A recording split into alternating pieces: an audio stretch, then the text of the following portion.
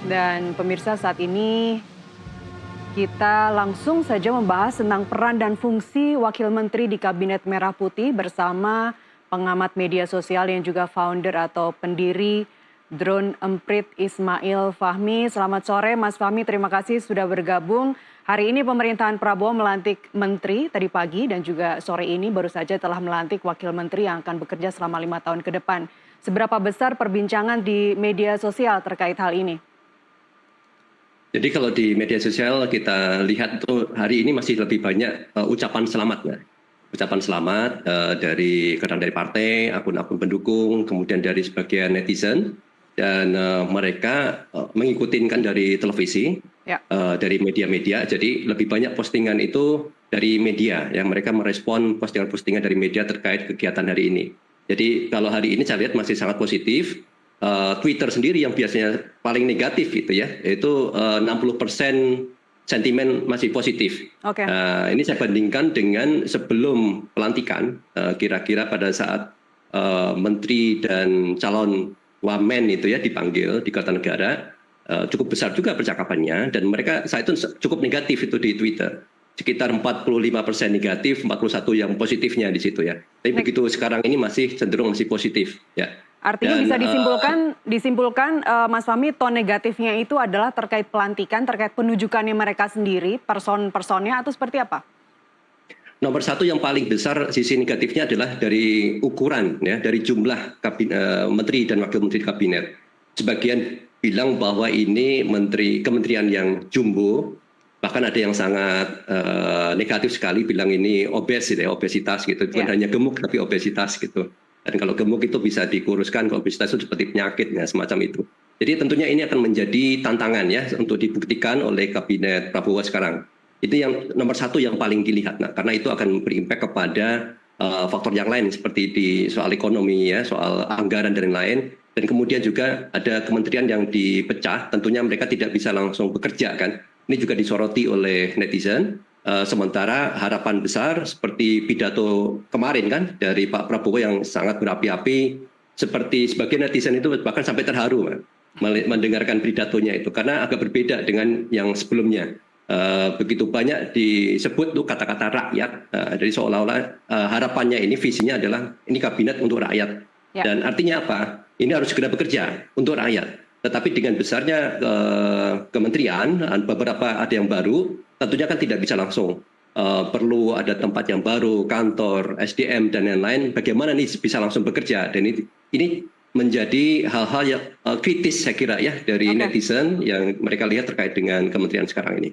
Kalau terkait wakil menteri, Mas Fahmi, saya lihat dari tadi pagi yang trending itu seperti Mayor Teddy, kemudian Taufik Hidayat, meskipun yang trending di X ya, kalau kita bicara X, Prabowo Gibran dan Kabinet Merah Putih itu masih terus trending. Tapi wakil-wakil menteri dan secara spesifik menyebut namanya, seperti yang tadi saya sebutkan ada Mayor Teddy atau Taufik Hidayat, itu apakah apa yang melatar belakangi dan tonnya lebih banyak yang negatif atau positif?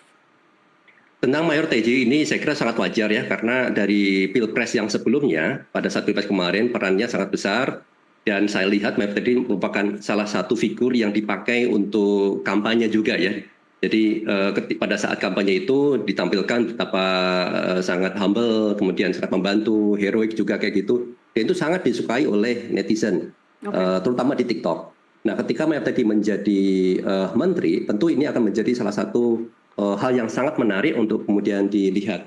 Ini sebetulnya juga ada menteri yang lain yang bagus ya, seperti Mutia Hafiz ya. Jadi tapi ini kalah populer dalam pemberitaan terkait dengan Mayor Teddy. Karena kalau popularitas itu kan lebih ke sesuatu yang menarik ya buat user. Dan sentimennya masih positif saya lihat ya, beberapa itu positif terutama melihat dari aspek personnya. Tapi ada beberapa percakapan yang melihat dari aspek hukum. Misalnya Mayor Teddy kan masih aktif di TNI, apakah boleh itu kemudian di menteri dan seterusnya. Ada yang disampaikan bahwa secara aturan tidak masalah gitu dan seterusnya. Nah, artinya ini menjadi perdebatan. Tapi ini tidak melibatkan banyak netizen karena mereka nggak terlalu paham ya tentang soal hukum ini ya. Tapi lebih ke penampilannya. Mas Fahmi, terkait dengan misalnya kita kembali bicara terkait wakil menteri yang baru dilantik ya, atau misalnya Ketua Dewan. Pak Luhut Binsar Panjaitan juga tak luput menjadi trending hari ini juga. Terus kemudian juga yang kritis mengatakan bahwa politikus yang dipilih, yang dipanggil, yang dilantik tidak jelas kompetensinya. Artinya seberapa besar sebenarnya tone negatif itu masih tetap terjadi hingga detik ini? Kalau tone negatif itu sudah muncul ya sejak seperti saya sampaikan tadi pas dipanggil ya calon menteri dan wamen dan kepala badan dan lain-lain itu sampai hari ini masih muncul ya. Tetapi kalau dibandingkan dengan ucapan selamat masih jauh lebih besar ucapan selamatnya.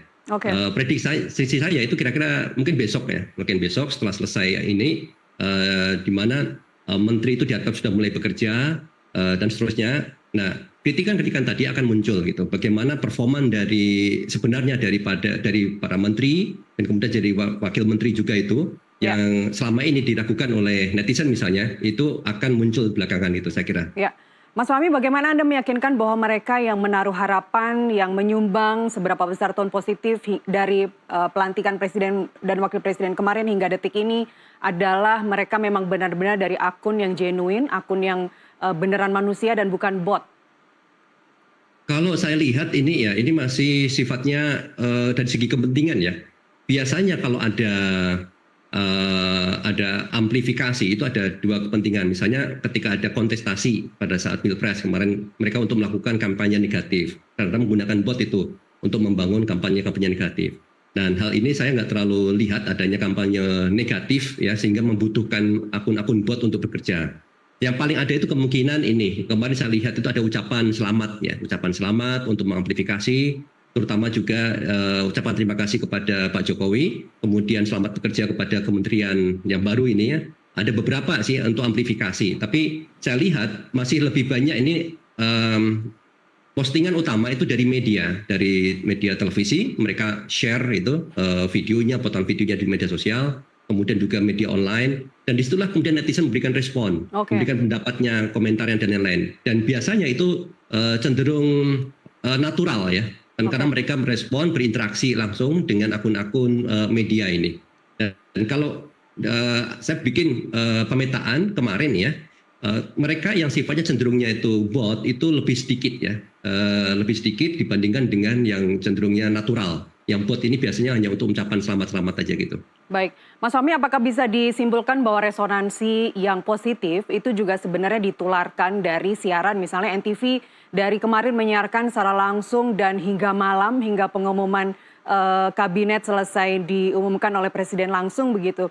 Itu apakah artinya resonansi positif itu memang ditularkan, disiarkan oleh TV-TV yang menyiarkannya secara langsung? Ya benar, saya lihat ada beberapa televisi yang mereka dalam paling nggak 1-2 hari ini cenderung untuk positif dulu lah, ya positif dulu. Ada agenda, mungkin ada agenda atau narasi supaya positif menghadapi kepemimpinan yang baru ini. Nah barangkali habis inilah baru kemudian ada talk show, ada debat untuk mengkritik menteri, wakil menteri dan seterusnya. Tapi nanti, sehingga kalau saya lihat tonton yang positif masih lebih banyak untuk hari ini. Berarti artinya ya semacam media NTV sukses menyiarkan dari kemarin pelantikan secara langsung sampai malam, dan itu menyebarkan rasa optimisme yang tinggi terhadap mereka yang menyaksikan. Tapi kita misalnya flashback seminggu yang lalu, saya juga baca dari ringkasan Anda di Drone Emprit, Mas Fahmi, bahwa sebenarnya netizen itu masih frustasi terhadap nepotisme dan juga penyalahgunaan jabatan. Di situ saya baca bahwa banyak netizen yang merasa marah karena jabatan publik diberikan kepada orang yang tidak kompeten. Kita tidak ingin mendahului bagaimana mereka bekerja, orang-orang yang telah dipilih oleh presiden dan wakil presiden ini selama 100 hari ke depan misalnya. Tetapi apakah pemicu kekecewaan itu tidak tampak, atau seperti yang Anda sebutkan baru saja bahwa saat ini tonnya bahagia karena ya seperti media TV sebesar NTV saat ini juga menyiarkannya secara langsung, atau sebenarnya mereka itu masih seperti endapan tetap ada di perbincangan di media sosial terutama X dan TikTok? Sebenarnya masih ada, Pak. Masih ada. Ini hanya karena secara volume saja kalau kita lihat ya. Karena terus menerus sejak dari malam, kemudian pagi, kemudian sampai sekarang acara ini disampaikan secara live, kemudian dipotong-potong gitu ya. Bahkan kayak kemarin itu pas pengumuman menteri satu persatu disampaikan siapa menterinya dan seterusnya. Ini yang paling tahu nomor satu kan media. Ya. Media televisi seperti NTV ini, kemudian media-media yang lain mereka menyampaikan, dan inilah yang mewarnai percakapan selama 2 hari ini di kalangan netizen. Dan tetap ada kalangan yang kemudian khawatir, mengkritik, kemudian mungkin juga kecewa juga atas beberapa posisi yang seharusnya diberikan kepada mereka yang profesional, tapi diberikan kepada mungkin karena kepentingan politik barangkali seperti itu ya. Dan itu tetap ada. Dan saya kira ini akan membesar ya ke depan, seiring dengan perjalanan waktu, kritik-kritik itu akan muncul sebagai check and balance, saya kira itu kepada kabinet yang sekarang ini. Baik, kami pun juga tidak klaim untuk netral, tapi bersikeras untuk jujur, seperti tagline-nya dari Drone Emprit. Tapi apa resepnya? Apa misalnya seperti rekomendasi AI-nya Drone Emprit supaya menjaga tone positif ini tetap terjaga? Meskipun ketika ada kritik, kita tetap meneriakan kritik itu secara konstruktif tentunya. Ya benar, ini ada menarik sebetulnya kalau dari perkembangan teknologi sekarang ya, itu adanya artificial intelligence. Banyak sekali informasi yang sudah ada, publik itu menyampaikan opininya itu langsung di media sosial. Dan inilah yang kemudian harus ditangkap oleh pemerintah, terutama di sini kan kabinet ya. Bagaimana mereka bisa mendengarkan langsung dengan cepat. Nah, adanya artificial intelligence itu membantu menganalisis, mensummarize begitu banyak isu yang dihadapi oleh kementerian lembaga itu ya. Kalau diserahkan kepada analisa manusia, kadang-kadang butuh waktu lama. Nah, dibantu oleh artificial intelligence itu bisa membantu mereka untuk mempercepat.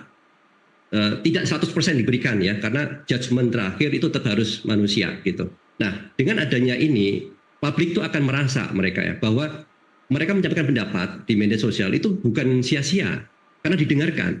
Ya, mereka memberikan komentar, itu ada di TikTok misalnya kayak gitu. Itu kita kumpulkan. Komentar di Instagram, komentar di Twitter, dan lain-lain di media platform macam-macam itu. Dan teknologi bisa membantu untuk menyisir ya, mana yang kira-kira natural, mana yang kira-kira oleh bot. Kita bisa sisihkan di sini. Nah, kita bisa jadikan media sosial itu seperti city hall gitu ya. City hall secara digital. Jadi publik itu bisa bicara apapun. Nah, di situ tugas kita pemerintah di situ ya, untuk kemudian menangkap suara itu. Nah, ini gunanya untuk apa? Gunanya untuk kemudian untuk menjadikan feedback. Ketika mereka ada kebijakan, feedbacknya seperti apa dari publik ini. Jadi nggak perlu survei terlalu lama, paling nggak itu feedback sudah ada di sana ya. Dan kita bisa bedakan nih, opini-opini yang sifatnya kritis, ini dari siapa? Ada istilahnya stakeholder mapping. Di dalam pemerintahan stakeholder ini kita tahu, ini dari aktivis, ini dari ahli ekonomi, ini dari akademisi, dari politisi, atau ini masyarakat umum. Kita bisa tahu, kita bisa pisah-pisahkan pendapatnya itu, sehingga ini kan bisa menjadi masukan. Nah, mana masukan yang kira-kira berdasarkan keilmuan misalnya gitu. Tentunya misalnya dari stakeholder mereka yang punya keilmuan latar belakang misalnya akademisi dan lain-lain, itu bisa menjadikan input yang bagus kan gitu. Saya kira ini dengan cara ini kita bisa salah satu cara untuk membuat optimisme tadi kepada kementerian kabinet yang sekarang itu bisa dijaga. Pasti banyak tantangan, pasti banyak masalah, tetapi bagaimana mendengarkan suara publik ini juga sangat penting untuk menjaga optimisme ini. Terkait cara yang pertama tadi, Mas Fahmi, apakah suara-suara yang kritis itu Anda menyarankan untuk stakeholder langsung menjawabnya, langsung melakukan counter, atau membiarkannya, nanti kalau misalnya sudah jadi viral, sudah jadi trending, baru diselesaikan, atau seperti apa? Jadi kalau kita bicara level pemerintahan, kita nggak bisa reaktif ya. Kemudian ada isu langsung dijawab gitu. Tapi bayangan saya kalau di level pemerintahan, kementerian itu sifatnya kan long term. Mereka punya kebijakan program 5 tahun, kemudian juga 2 tahun, 1 tahun, mungkin sekian bulan gitu. Nah, program-program ini kan harus disusun dari awal. Nah, apa yang kira-kira menjadi concern, keberpihakan, problem yang ada pada saat program ini dijalankan, itu bisa diambil itu inputnya itu salah satu dari media sosial. Dan ini bukan sumber satu-satunya media sosial sebagai satu sumber ya, harus digabungkan dengan data dari BPS dan lain-lain. Nah, ketika ada satu krisis, nah krisis ini yang penting apa? Komunikasi. Ada beberapa hal yang sebetulnya bisa diselesaikan dengan mudah itu lewat komunikasi. Kenapa kebijakannya seperti ini, misalnya kayak gitu. Kemudian respon publik seperti ini, misalnya kayak gitu. Sehingga ketika dijelaskan secara langsung, misalnya kayak gitu, bisa juga lewat FGD, bisa juga lewat press release, banyak media, banyak cara yang bisa kita lakukan. Ya. Untuk Artinya, mengajak publik. ya mau nggak mau kritik yang sifatnya konstruktif